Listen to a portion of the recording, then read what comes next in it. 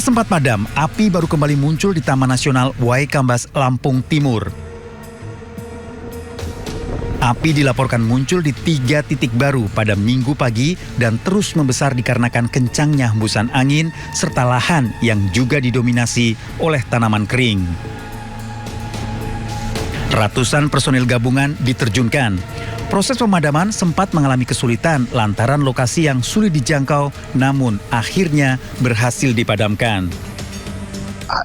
Dimulai dari hari Jumat kemarin, tapi tadi malam satu titik sudah berhasil dipadamkan oleh rekan-rekan. Cuman tadi siang ya Pak, tadi siang ada titik baru di titik yang kita di tempat ini ada kebakaran di ladang alang-alang gitu. Jadi ini kita lagi coba memitigasi agar tidak terdampak ke hutan secara meluas.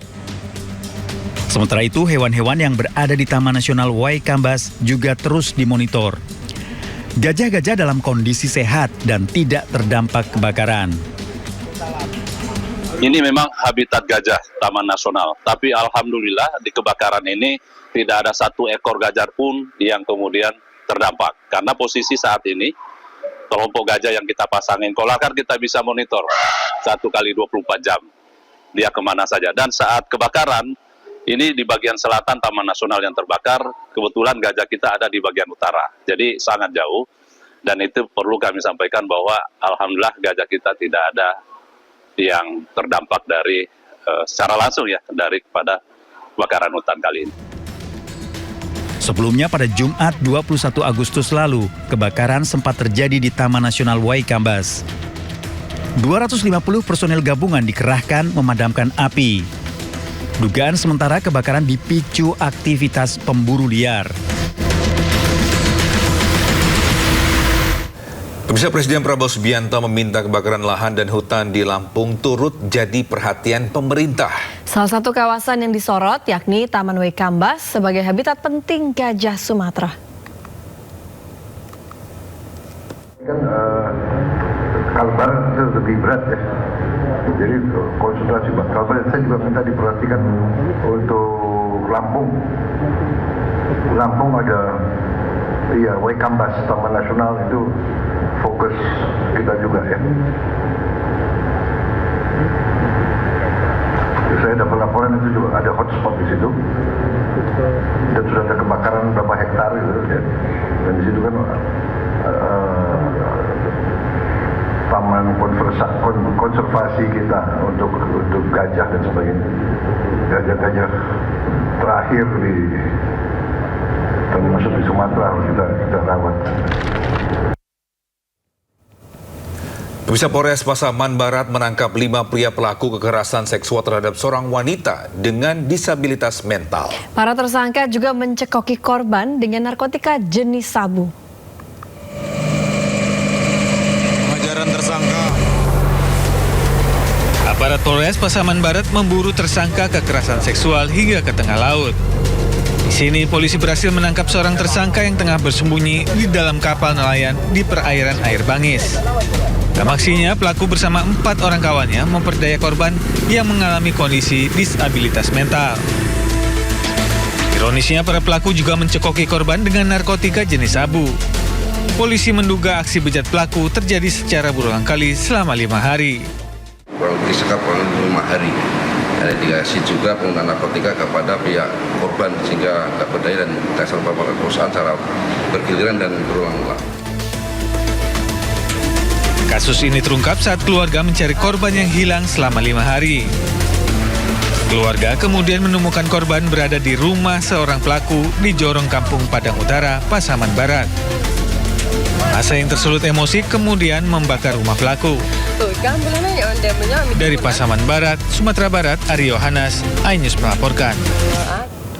Bisa tertangkap saat berduaan dalam kamar hotel dengan wanita bukan istrinya. Ajudan Ketua DPR Aceh diganjar hukuman 22 kali cambuk di Banda Aceh.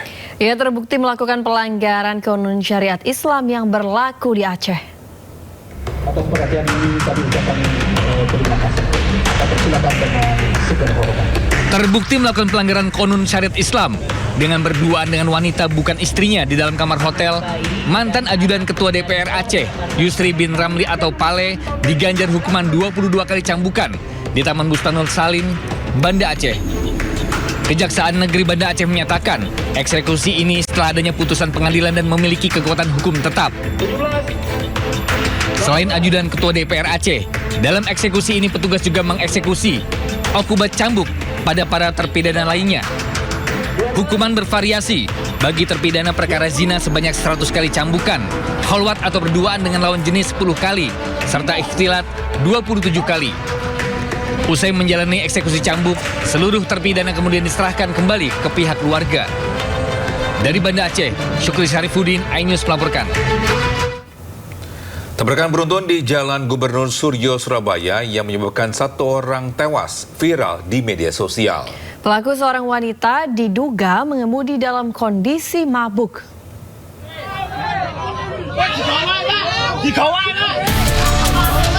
Kecelakaan beruntun terjadi di kawasan Jalan Gubernur Suryo dan Jalan Taman Apsari, Surabaya, Jawa Timur, Minggu dini hari. Kecelakaan bermula saat mobil yang dikendarai seorang wanita melaju dari Jalan Taman Apsari. Akibat dipengaruhi alkohol, pelaku hilang konsentrasi hingga menabrak taksi listrik yang sedang parkir. Bukannya berhenti, pelaku justru terus melajukan mobilnya menuju Jalan Gubernur Suryo dan menabrak seorang pria yang sedang menaikkan barang ke mobilnya.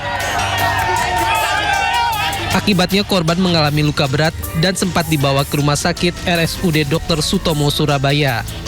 Namun korban meninggal dunia saat mendapatkan perawatan medis.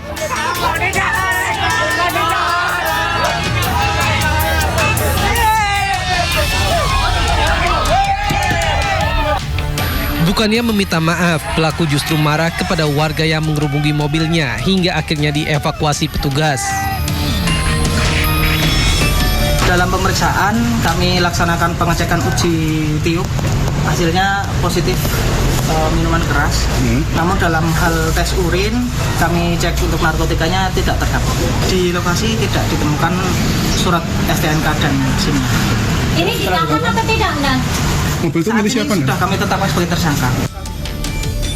Usai ditetapkan tersangka, pelaku menyampaikan permintaan maaf dan mengakui jika sebelum kejadian dirinya baru pulang dari pesta miras di salah satu tempat hiburan malam di kota Surabaya. Untuk keluarga korban, saya selaku tersangka penabrakan, saya mohon maaf yang sebesar-besarnya. Saya pun nggak tahu kalau saya sadar ada orang nggak mungkin terjadi seperti itu. Akibat perbuatannya, pelaku terancam hukuman 6 tahun penjara. Dari Surabaya, Jawa Timur, Sony Hermawan, iNews melaporkan. Wali Kota Solo, Respati Adi, dilaporkan ke Kejari, Surakarta akibat pasang baliho ucapan ulang tahun ke Joko Widodo. Informasinya usai jeda, tetaplah di Sindo Today.